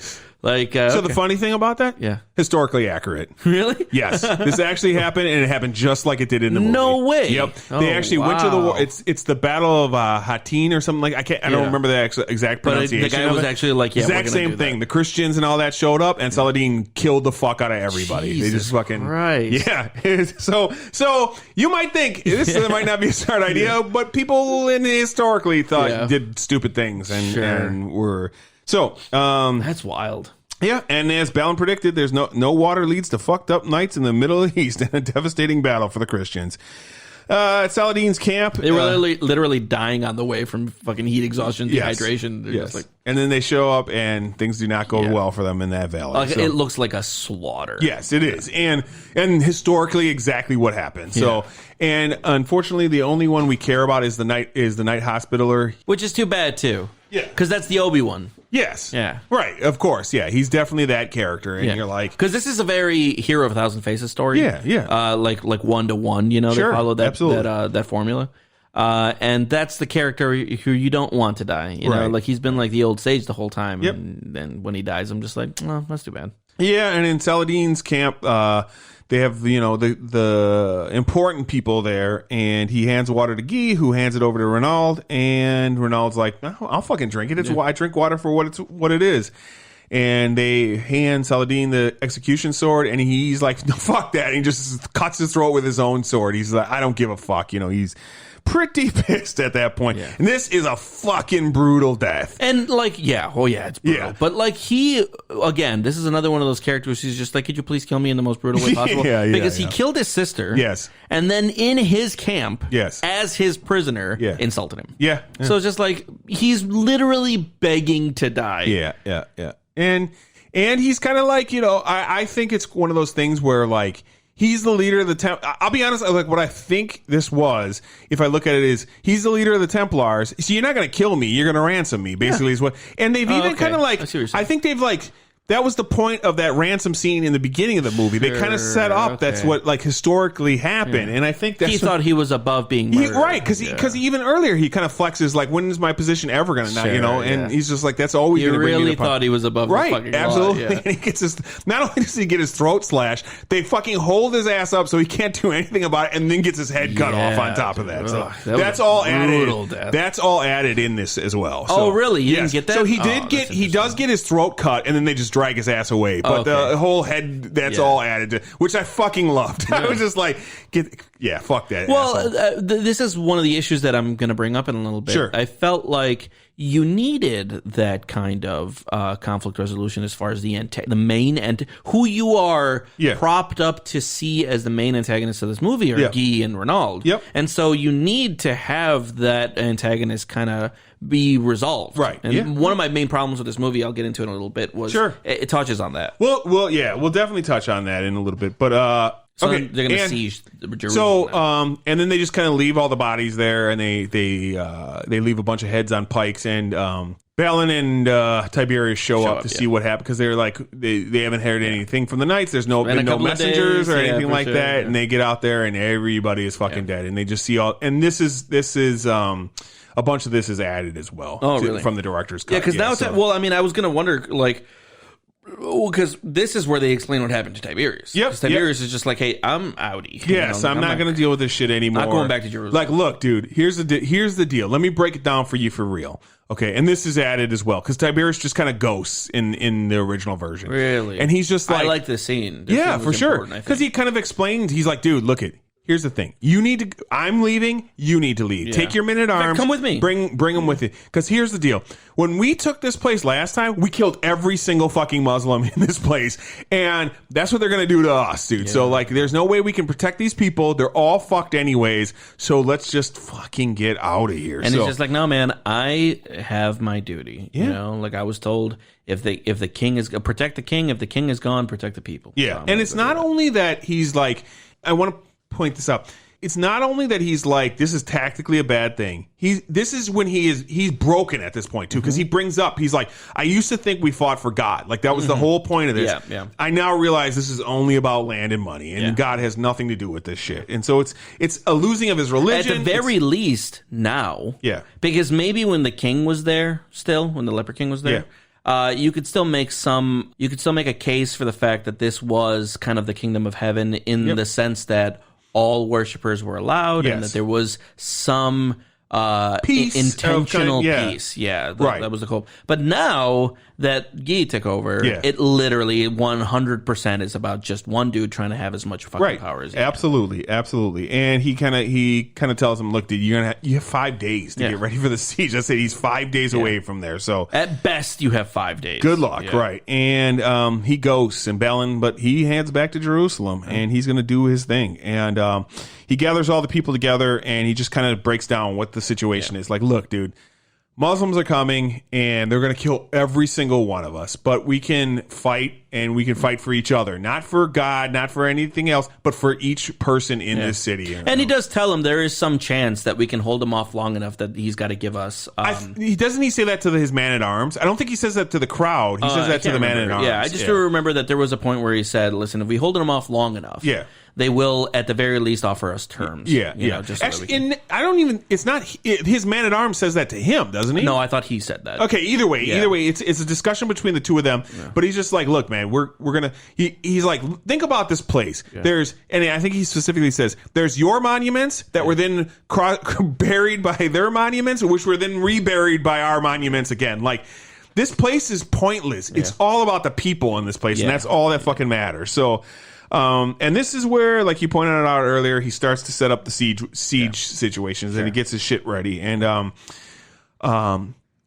again, I want to point out, like, this seems like a little bit over the top, like, because he sets up all the ranges and all that stuff like that. Shit, so historically, mostly accurate. Oh, interesting. It was him and like a few other knights, basically, that were left over, and they just kind of brought him all together into that one character, rather than having like 6 other knights there that also help out. But it was basically them, and they kind of like set up everything and worked with the people and kind of taught them as much as they could at that time and whatnot. And so it was kind of an interesting setup, that's for sure. So and he says, no one has claimed, all have claimed. We don't protect stones, we protect people living within these walls. Sure. And the priest is still a douchebag. He's like, dude, we have no knights. We can't win. Like, there's no fucking way. And he's like, oh, we don't have any knights? All right, cool. And then he just starts knighting everybody. Every person that's there becomes a knight. I like how he hit that one kid in the face, but he didn't hit anybody else in the face. I was just like, that poor kid got the fucking short end of this stick. Because that guy over there, he got to be a knight and didn't get hit. Yeah, absolutely. And that guy got belted, nosebleed right away. The same thing that his dad did to him. But like, what I'm saying is, there were a lot of people that got knighted that day. There was one guy that got hit in the face. You know? It is kind of fun. I remember seeing this the first time, and I was thinking, is he going to smack and just like go down the line and smack every person? Yeah, for sure. But yeah, that would have been fair. And one of the characters that is kind of weird that he's there, but it's a movie, so that's the Gravedigger. Yeah. That was, and I like how he called him the Gravedigger. Yeah. It was almost like Scooby-Doo, where it was just like, and the Gravedigger from the first scene. Yeah, you know, like you schemy motherfucker, you're here too, so you're a knight now as well. So next night, after they're all prepared, Saladin shows up and he offers terms. And by offering terms, I mean he starts unloading siege weapons in the middle of the night that are just flaming fucking balls of fire, and but they're prepared for this. They're just like, we're gonna take a beating first. Yep. We're gonna hold, then we're gonna shoot once they start getting a little closer. Yep. We're not gonna immediately to return fire. Absolutely. And they start to and they finish that in the evening, and then the first day of siege actually begins, and they're pretty much just like unloading at them, and then they kind of wait till they're in the certain areas where they've already marked out the 400 yards, 300 yards, 150, and they just have pretty much pinpoint accuracy on their machines of war. They because really of that. are effective at the return. Right, absolutely. And so it's definitely a night of not the greatest for the Muslim attackers at this point. So the next day comes up, and this is just day after day of fighting, and they get to the point where they're finally at the walls, and they start to fight at the walls and whatnot. They actually get to the wall the day before, but they can't get breached to the top of the wall. So, and they're unloading the oil and everything else on them, and using fire and everything they can to stop them. They're getting the walls, they're getting the doors, they're trying to knock them down, but then they get lit on fire. Yeah, absolutely. They are getting stopped. Right. And so then the third day, the siege machines are able to finally get to the walls, and they start unloading people on the walls, and you start to get hand-to-hand combat at that point. Yeah. But that's when they start like unloading their like. That's when they use the bolt throwers. Sure. The bolt throwers to actually counterweight the siege machines and tip over all the siege machines. It's a cool fucking scene too. Yeah. I want to point out, I love all this fighting. All the siege fighting and shit like that is really cool to me. I love. I thought it was shit. well done. Yeah, I'll give it that for sure. But this scene did lose me. Okay, I was lost in this scene because it felt very the climax of the movie. Mm-hmm. And I thought that this movie was very localized to it was very like political intrigue. Sure. Most of the movie, there were clear antagonists. Yeah. Most of the movie, but then the climax had nothing to do with our main antagonists. The climax suddenly seemed very like Lord of the Rings, it was very like this. Well, because you want to like. But what I'm saying is, there was no emotional connection to this fight for me. Sure. Apart from the fact that I didn't want to see them die. Well, I think that's part of the point of this, right? Is because so this is again a historically accurate. But that's also the thing. I also didn't know that this was like a historical moment. I didn't know that this was real. Yeah. And so I guess if you're recreating a historical moment, you include the fucking fight. And more importantly, you don't need antagonists in real world fights, right? I guess. Yes, exactly. You're watching a movie. As far as the movie goes, there were antagonists that I wanted to see resolved. For sure. But what I was getting was this big bloated fight scene. Yeah. Which, by the way, really well done. I'm not going to give it any, because I was like, okay, this is cool. But I really remember thinking when I was watching this, I don't want them to fight these people. Yeah. I want to see the antagonists go down. Yeah. But again, I didn't know that this was historical accuracy. I didn't know that this was an event. Yeah, and more importantly, it's like, I think the thing is, you don't have the ability to evacuate all the people, right? So like, you can't like go, okay, we'll just let you take the land, because you're going to kill everybody. I mean, and it's important to note that it's not like Saladin showed up and was like, here's a white flag, hey, we'll let you leave, right? He just starts fucking attacking, but that's right? Why, so the reason I had this in my notes as a thing I didn't like, until we were talking about how this actually happened. Because when I thought this was a movie written as a movie, I was like, they pivoted the antagonist. I didn't like that. Sure. I didn't need a war. They could have resolved that diplomatically. Sure. Let me see the main antagonists, Guy and Renaud. Yep. Let me see them pay for have their resolution as the climax, and then when the Muslims show up at the gate, then there's some kind of diplomatic resolution. Now that I know that this was just like, this was supposed to be a movie or film recreation of an actual event. Okay, well then show me the event. This is even more like I just had written it down in my notes as a thing I didn't like. That's why I'm bringing it up. But now that I have that historical context, I actually don't like. I don't dislike it. Here's what I want to say, okay? Because you've seen Saving Private Ryan, of course, right? Yeah. And you've seen a bunch of Band of Brothers, right? You haven't seen this whole thing, but this movie is in between those two things. Okay? Because Saving Private Ryan, yes, World War II happened. Yes, D-Day happened. Yes, Rangers were on D-Day. Rangers did special things in World War II.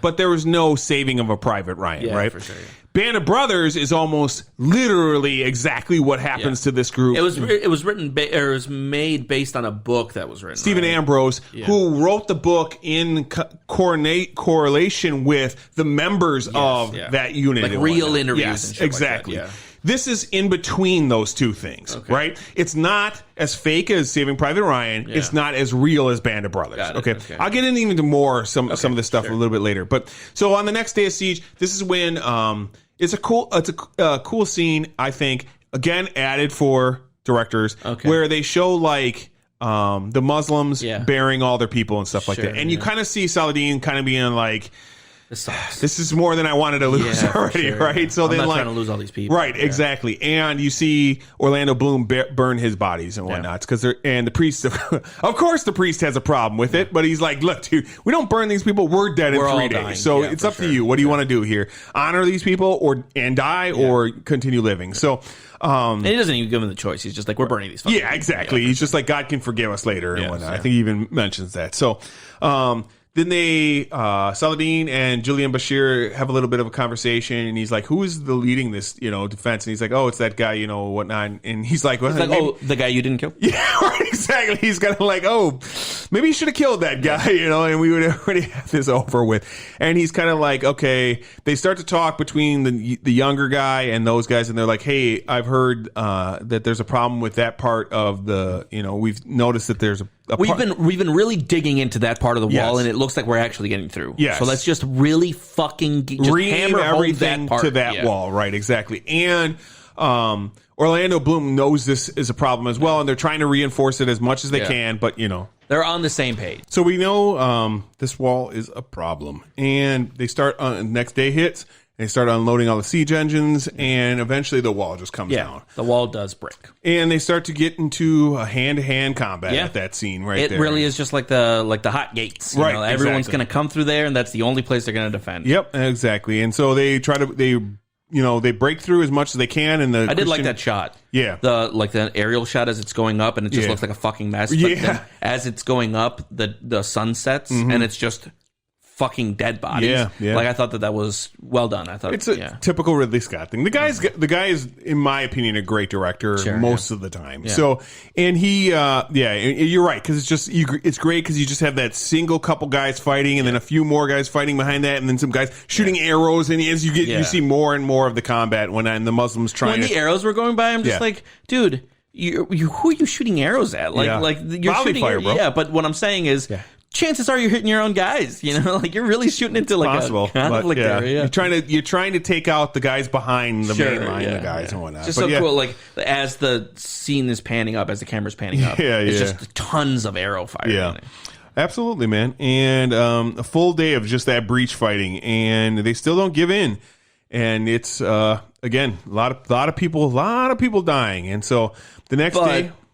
They broke Saladin. Well, the next day, Saladin comes with the white flag to have peace talks, and it's like okay, he's like, here's the and his sidekick, who he also knighted. I think he knighted him the night before, and he's like, you're the knight of this land, and he gave him lands too. So he gave him his land. Yeah. Oh, you're right. Yeah, he gives him his land. So he tells him, hey.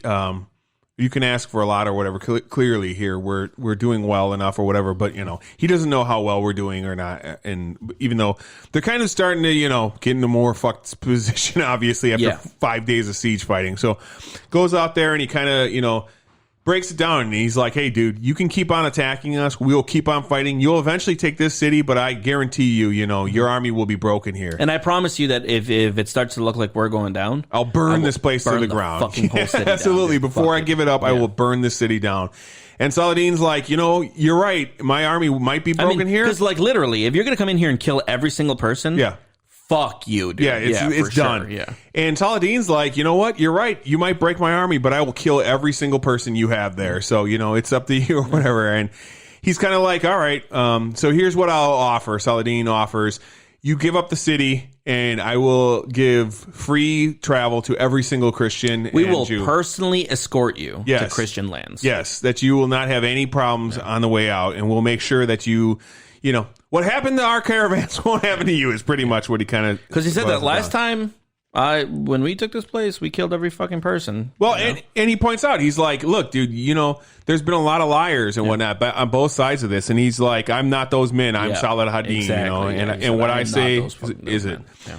And he's like, all right, I agree to these terms. And and then he leaves him with a question. What is Jerusalem worth? Yeah. Nothing. Yeah. Everything. Yeah, and sure. dude, if there is nothing that sums up religion and all of this more than that fucking statement, I feel like that's Ridley Scott. What is the point of this fucking city? Right. There is no point to this fucking city, but it is clearly everything. important. Exactly, sure, exactly. Yeah. And it's not even just like, this to me is like Ridley Scott's commentary on all of this religious fighting throughout time and whatnot. It's like, what is any of this worth? Really? Yeah. Nothing. What are we fighting over? Like, really, what are we fighting Absolutely over? everything. Nothing. Yes. Yeah, nothing. And at the same time. But it's the most important fucking thing ever. Yeah. And so he goes back and he goes and talks to the former queen, and he's like, look, we're retreating, we're giving up these lands, and here's the deal. Like, your brother's kingdom, it wasn't this. It was, here in the head and in the heart. It's the people. That's what it is. And none of that can actually be surrendered in the long run.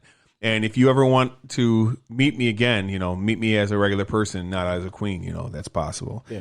And so they just start to kind of gather their shit and like, all right, here, we're gonna take off and whatnot. And he's getting his shit together, and of course, Guy has to show up. One more fight, Now, I'm glad he did. Okay. Because historically, this might not be accurate. Yeah. But for movie's sake, especially in that moment, I'm just like, dude, we need to resolve this guy. Yep. Like, you built him up the entire time as the main antagonist. You made me hate him. Yeah. Please resolve this. And so I was happy for this moment. And this is all added. No way. This whole, most of this entire end here is all added to the movie. So in the original movie, they never resolved Guy? So in the original movie, what ends up happening is Saladin takes Jerusalem. Most of the scenes of him even walking through Jerusalem and the banner, none of that's in the movie. Okay, sure. And it's just him coming in and the Christians being headed out and then them being back in France. Wow. Yeah, so most of all of this is added to the movie as well. Dude, so, I would have walked out of that movie pissed. Dude, we'll get to all of that in a little bit because we're almost at the end here. Sure. So, especially with no historical context, I would have been like, this movie fucking sucked. It was a mess. Yeah. And from there, Balin heads out to the caravan that's heading back to the Christian lands. He comes across Sibylla and they kind of partner up and they head out together. He heads all the way back to France and he's back to his homelands. And he's ready to settle in and just do his thing. And King Jorah of England shows up. Yeah. Good old Jorah Mormont. And this was King... His name's the Lionheart, but I forgot his actual first name or whatnot. Mm-hmm. And he's like, we're going to fight. Yeah. We're sending a crusade to take back the Holy Land. I'm looking for the guy I'm looking for the defender of Jerusalem. I'm just a blacksmith, dude. And he's like, we're going to go on another crusade. I'm just a blacksmith. Yeah. And they head out, and he wants no part of that. And so he just stays at that land with his old lady, and that's the end of the film. Yeah. So, and there's like a little outro explaining what actually happened with King Lionheart and whatnot. Yeah. So, all again historically accurate stuff. Yeah. So, all right. So let's get into the breakdown of this film. Now that we've done that, so let me hear your opinions. So I really liked this fucking movie. Yeah, I really liked 2 out of the 3 hours. Okay, one or which act didn't you like? The third act. Sure. While I was watching it. Okay. In retrospect, after having the historical context, I love this movie from beginning to end. Yeah. If I would have gone into it knowing that this was a real historical event, that was tried to be done with some respect to accuracy, sure. I would have fucking enjoyed that third act more than I did. Yeah. When I was watching it, because I thought it was all fantasy, I watched it thinking this third act maybe wasn't necessary. Sure. I didn't need a Lord of the Rings style fight. Yeah. Now I know that I did need a Lord of the Rings style fight. For so sure. much better with it. But in my opinion, I recommend this to anybody who likes movies like this. Yeah. You want a period piece. Yep. You want a movie about the Crusades. You're trying to find some Knights, good war. 3-hour long fight, like epic movie. Yeah. This had all of the political intrigue I like. Characters were believable. Setting was believable. there are a couple of missteps, but that's mostly based on when it was made. Like people just weren't doing a lot of reading in movies. Sure. But this was I think at the top of big war period pieces, especially like Knights and shit like that. This isn't the only time I'll watch this movie in my life. Yeah. I will rewatch this at some point just because I think it's a fucking good one. So I want to give my that's what we're here to do. So here's the thing about this film. Yeah. I saw this movie in the theater when it came out. Okay. Didn't like this movie. Okay. I was like, the combat's kind of cool and stuff. And there's some cool stuff that happens and whatnot. And I did not like this movie. And a friend of mine who's a big Ridley Scott guy, really into Alien and all this other stuff, he's like, have you seen the director's cut? And I'm like, no, and I'm not going to, because I usually don't like director's cuts. Sure, I feel as though they're egregiously long and they add things you don't need. He's like, what no, about that dude. Snyder cut? He's like, no, dude. You.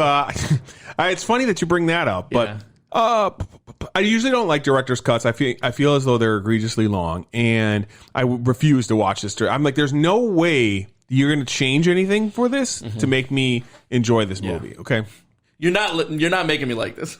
I watched this movie last night for this thing, and we just kind of did this as a lark because it was for Easter, right? Because because of your asinine themes. Yeah, absolutely. Yeah. I fucking love this movie now. Like, this movie is so awesome on so many levels. First of all, as a war gamer, I love this movie. Like, I love the fighting, the war, all that stuff was really fucking awesome. The politics to this is awesome.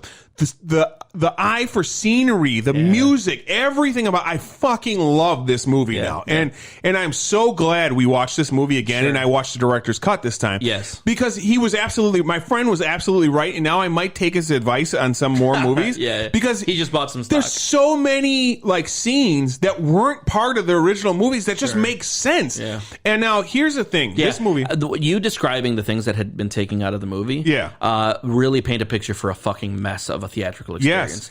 I think if I would have gone to the movies, saw a shit ton of like contextual scenes taken out, and conflict resolution taken out, I'd have been like, what the fuck was this movie? Dude. This movie was just the big end fight scene. Yeah, this was just another trying to cash grab at a fight scene. Yeah, absolutely. That's how I would have felt. Yeah. You know what it felt like to me? Just a shittier version of Gladiator in a different time period. Yes. And that's what I like. I didn't like it at all because I saw it then. Now it's its own fucking thing, and I absolutely love it.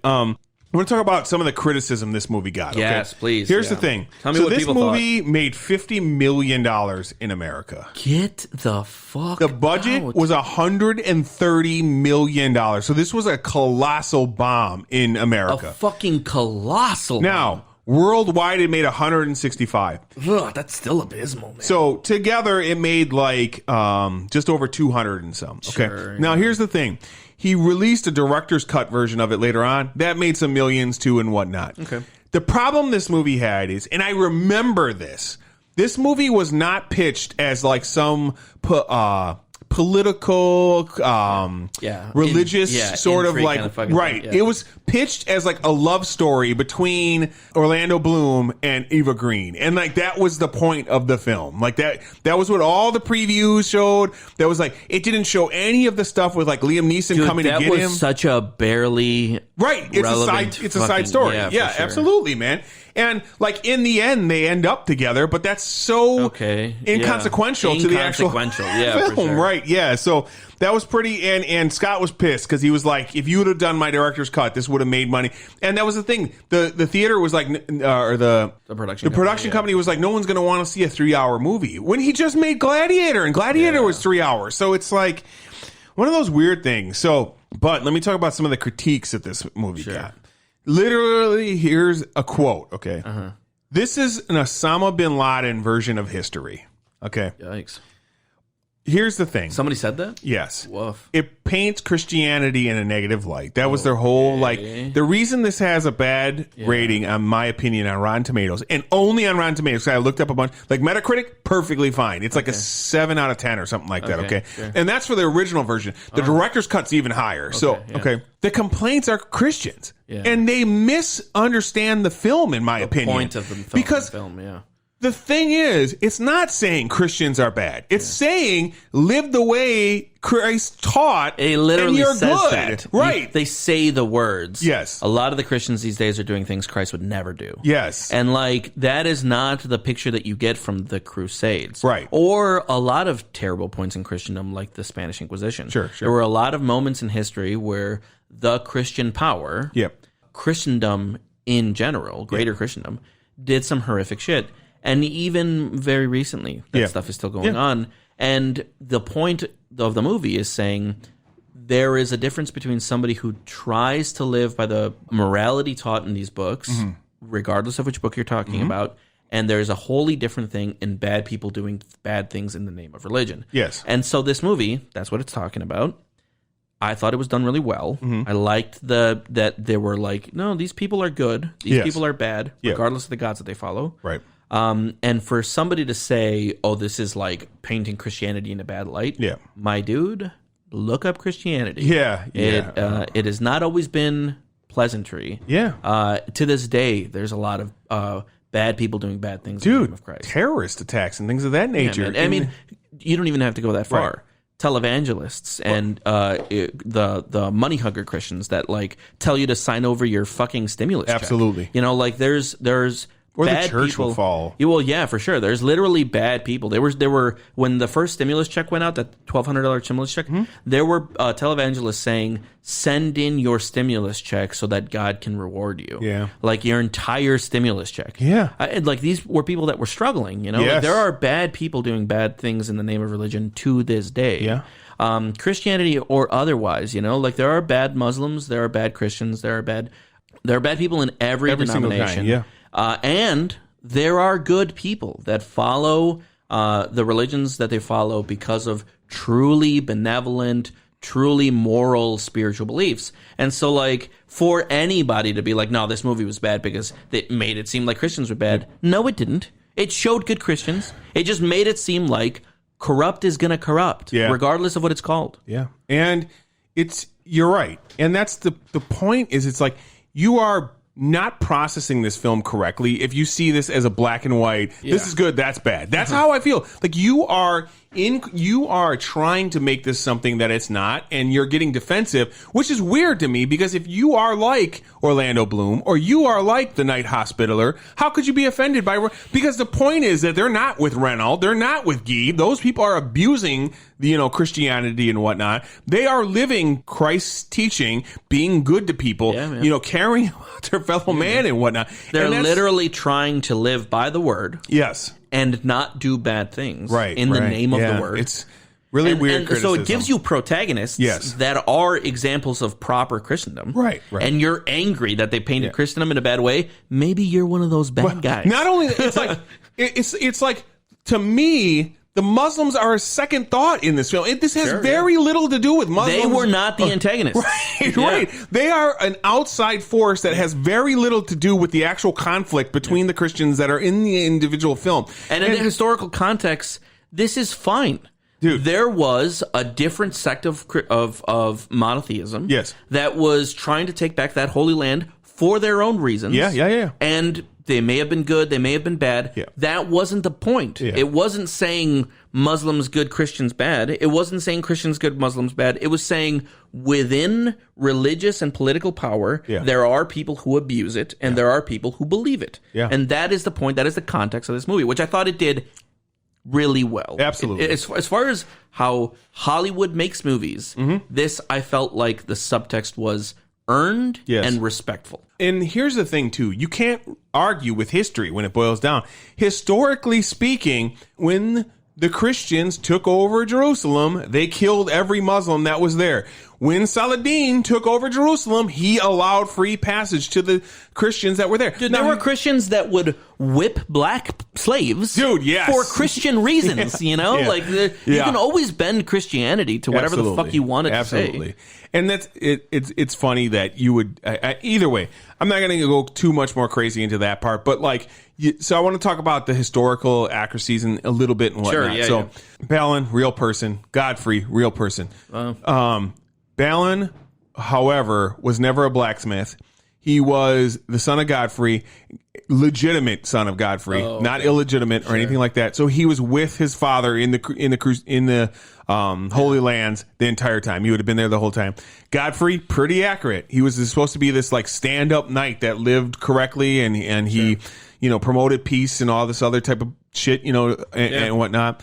Leper King, absolutely. Only difference was that he had two sisters, Sibylla and Isabella, which is kind of funny, but whatever. I mean, that's people do that all the time, right? What it is, yeah. But yeah, there's no like Guy. Unfortunately, that real person never really paid the price for being a piece of shit. Oh, really? He left the Holy Lands, went to some small island, and kind of ruled over that island as a lord. Then I mean. That's kind of people going to be rich people, dude. Exactly. But yeah, man, that's the thing. Like I said, I would put it somewhere in between Band of Brothers and Saving Private Ryan. A lot of the events were historical, but they played up the narrative. Yeah, exactly. They made that superhero style character and whatnot, and that's fine. So historically speaking, it is what it is. Just a great movie overall. Like we talked about, the cinematography, the music, the action. I'm glad that we did this because this movie was like, but this one that stands out now as one of the movies that I've really just been like, fuck yes, that was a cool experience. Yeah, man, I'm glad you enjoyed it, dude, and I hope you guys enjoy it as well. So you'll be pleasantly surprised if you haven't seen this movie. Yeah. All right. So what are we doing Make sure you watch the director's cut. Yes. Yeah. Director's cut is a must for this one. So what are we doing next in 2 weeks? I'll buy that for $1. Oh, yeah. We're doing the RoboCop next. Coming down the pipe with some RoboCop. Funny thing about this film is Detroit pretty much looks the same as did in that one time. So yeah. So RoboCop, man, it is a hit from the 80s, man. Yeah. We're going a little bit back to basics with RoboCop. Yeah, because that's kind of how this started. This is exactly. Yeah. We've gone kind of in the weeds into some real like film. Yeah, and this is probably one of the newest films we did with Kingdom of Heaven, right? Because that was 2005. Yeah, for sure. So it's definitely up there. So let's get back into Hereditary, the 80s. I guess was the newer one. Yeah, it's true, but that was a special film. So we'll have specials every once in a while, and so that is what it is. So what I would suggest to you is if you are at home and you own any police what is that called? Paraphernalia. Yeah. Oh, okay, sure. Please throw that on so you can join us as we patrol the streets live in 2 weeks. Wait, we're gonna be recording on the street while we're on patrol? Yes. How are we RoboCop otherwise? It's so elaborate, man. We're not doing that. Oh, fuck. Nor are we doing live anything.